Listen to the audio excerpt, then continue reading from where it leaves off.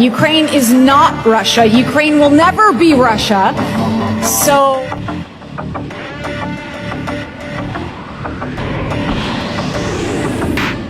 ভুল তথ্যের উপর ভিত্তি করে নিজের পতন নিজেই ডেকে আনছেন ভ্লাদিমির পুতিন।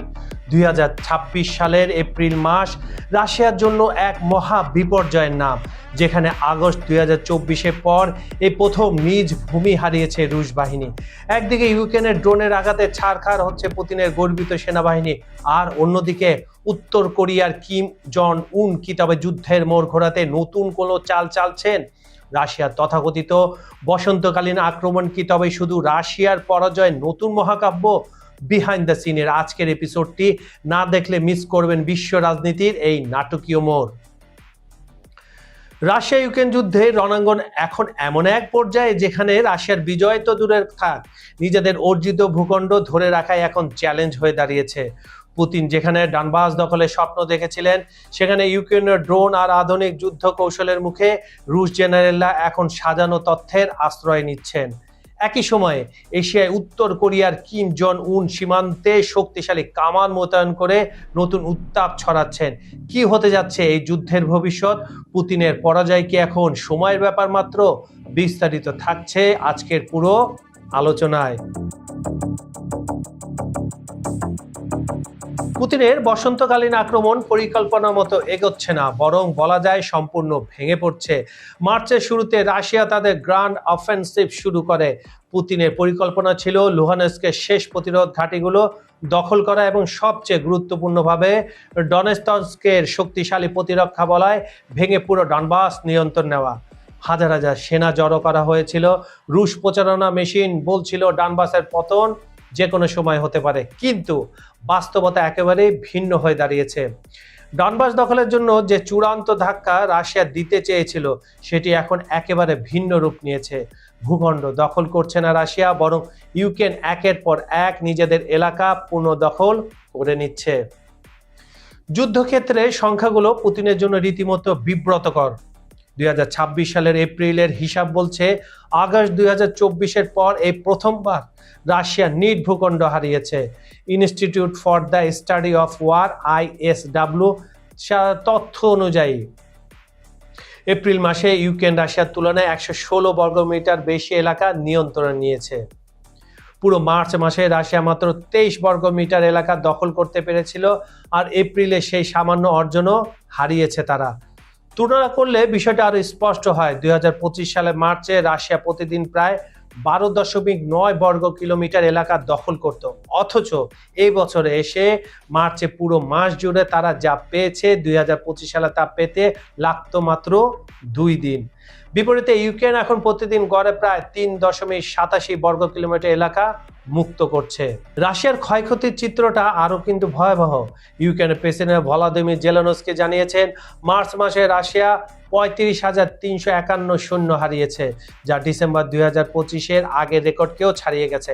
অথচ এই বিপুল ক্ষতির বিনিময়ে তারা কার্যত কোনো উল্লেখযোগ্য অগ্রগতি অর্জন করতে পারেনি। এপ্রিলের পূর্ণ হিসাব এখনো প্রকাশ হয়নি, তবে 29 এপ্রিল একদিনে রাশিয়া প্রায় 1470 সৈন্য হারিয়েছে বলে জানিয়েছে ইউক্রেনের প্রতিরক্ষা মন্ত্রণালয়। সেই গড় ধরে হিসাব করলে মাসিক ক্ষয়ক্ষতি 44,000 ছাড়িয়ে যেতে পারে।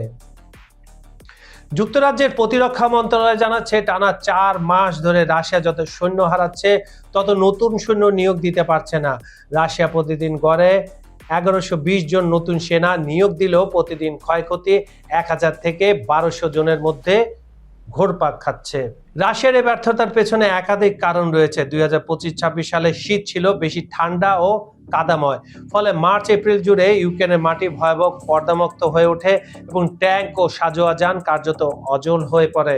কিন্তু পুতিনের কৌশল একই থেকেছে, আরো বেশি মানুষ, আরো বেশি যুদ্ধযান ছুড়ে দাও। ফলে সৈন্যরা কাদায় আটকে ড্রোন হামলায় শিকার হচ্ছে। এর সঙ্গে যুক্ত হয়েছে মিথ্যাচারের অভ্যস্ত সেনাপ্রধানদের সমস্যা। রুশ সেনাপ্রধান ভ্যালেরি গ্যারাসিমভ দাবি করেছিলেন রাশিয়া 1700 বর্গ কিলোমিটার এলাকা এবং 80টি বসতি দখল করেছে, কিন্তু বাস্তব যুদ্ধক্ষেত্রের তথ্য সেই দাবিকে সমর্থন কিন্তু করছে না। পুতিন এমন এক পরিবেশ তৈরি করেছেন যেখানে সত্য বললে শাস্তি পেতে হয়, ফলে জেনারেলরা বাস্তবতা লুকিয়ে এক কল্পিত জগৎ তৈরি করে চলেছে, যা প্রকারান্তে ক্ষতি করছে পুতিনেরই। ইউক্রেনের সাফল্যের পেছনে সবচেয়ে বড় ভূমিকা রাখছে ড্রোন প্রযুক্তি এবং কৌশলগত সতর্কতা। মধ্যপাল্লার ড্রোন এখন রুশ ফ্রন্টে 200 কিলোমিটার পেছন পর্যন্ত আঘাত হানছে। রসদ, কমান্ড পোস্ট, বিমান প্রতিরক্ষা ব্যবস্থা সবকিছুই ধ্বংস করছে।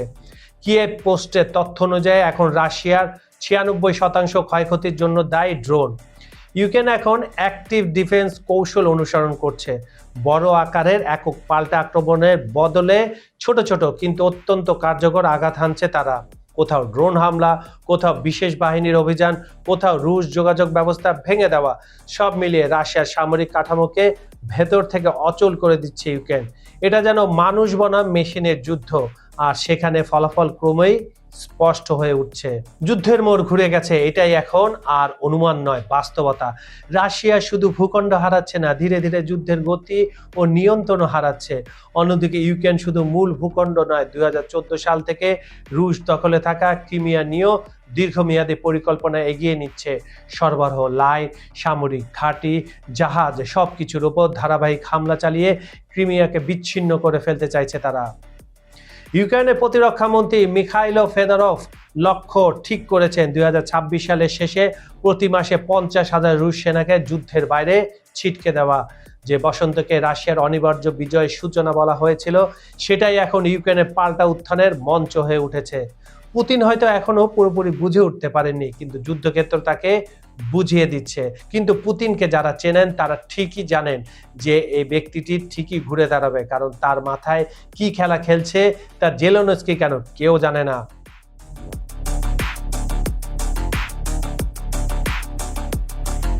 উত্তর কোরিয়ার নেতা কিম জং উন সম্প্রতি নতুন প্রযুক্তির কামান উৎপাদন কার্যক্রম পরিদর্শন করেছেন। 155 কিলোমিটারের এই সেলফ প্রপেলেড হাই ইউটিলাইজারগুলো পাল্লা 60 কিলোমিটার বা 37 মাইল বেশি। এই শক্তিশালী কামানগুলো দক্ষিণ কোরিয়ার সীমান্ত সংলগ্ন এলাকায় মোতায়েন করা হবে, যা সরাসরি সিউল সহ দক্ষিণ কোরিয়ার গুরুত্বপূর্ণ লক্ষ্যবস্তুকেও আঘাত হানতে সক্ষম। কিম জং উন জানিয়েছেন এই বর্ধিত পাল্লার অস্ত্রগুলো উত্তর কোরিয়ার সেনাবাহিনীর স্থল অভিযানে এক বিশাল পরিবর্তন ও বাড়তি সুবিধা এনে দেবে। রাশিয়াকে অস্ত্র সরবরাহ ও সমরাস্ত্রের আধুনিকায়ন। দীর্ঘদিন ধরে উত্তর কোরিয়া দূরপাল্লার ব্যালিস্টিক মিসাইল এবং পারমাণবিক অস্ত্র তৈরিতে গুরুত্ব দিল। বর্তমানে তারা সাধারণ প্রচলিত সমরাস্ত্রের মজুদও ব্যাপকভাবে বাড়াচ্ছে। দক্ষিণ কোরিয়ার কর্মকর্তা ও বিশেষজ্ঞদের মতে ইউক্রেন যুদ্ধে ব্যবহারের জন্য উত্তর কোরিয়া রাশিয়াকে যে মিসাইল ও কামান সরবরাহ করেছে তা থেকে প্রাপ্ত যুদ্ধক্ষেত্রের ডেটা বা তথ্যগুলো উত্তর কোরিয়াকে তাদের অস্ত্রের সক্ষমতা বাড়াতে সাহায্য করছে।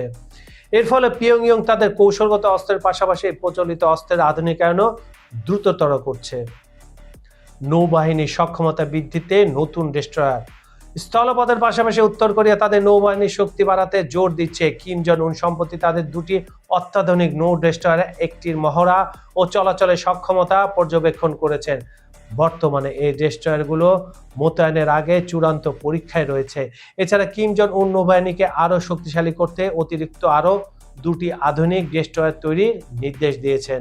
বন্ধুরা, তবে কি আমরা এক নতুন বিশ্ব ব্যবস্থার সাক্ষী হতে যাচ্ছি? একদিকে পুতিনের সাজানো স্বপ্ন তাসের ঘরের মতো ভেঙে পড়ছে, অন্যদিকে কিম জং উনের এই বিধ্বংসী কামান মোতায়েন কি কেবল দক্ষিণ কোরিয়াকে হুমকি, নাকি এর পেছনে লুকিয়ে আছে বড় কোনো বৈশ্বিক ষড়যন্ত্র? রাশিয়ার জেনারেলরা কি তবে পুতিনকে মিথ্যে আশ্বাসে গোলক ধাঁধায় বন্দী করে ফেলেছেন? মনে রাখবেন, যখন কোনো পরাশক্তি দেয়ালে পিঠ থেকে যায় তখনই তারা সবচেয়ে ভয়ঙ্কর রূপ ধারণ করে। পুতিন কি তার শেষ অস্ত্র হিসাবে কোনো মরণ কামড় দেবেন, নাকি ক্রেমলিনের ভেতরে শুরু হতে যাচ্ছে বড় কোনো ক্ষমতার রদবদল? ডনবাস থেকে সিউল সবখানে যেন এখন এক বারুদের গন্ধ। আগামী কয়েক সপ্তাহ বিশ্ব রাজনীতির জন্য হতে যাচ্ছে চরম অগ্নি পরীক্ষা। রাশিয়ার এই বিপর্যয় আর কিমের এই রণপ্রস্তুতি আমাদের কোন মহাপ্রলয়ের দিকে নিয়ে যাচ্ছে? আপনার কি মনে হয়, পুতিন কি পারবেন সেই হারানো গৌরব ফিরে পেতে, নাকি 2026 সালই হবে রুশ সাম্রাজ্যের পতনের বছর? আপনার বিস্ফোরক মতামত কমেন্টে জানিয়ে দিন।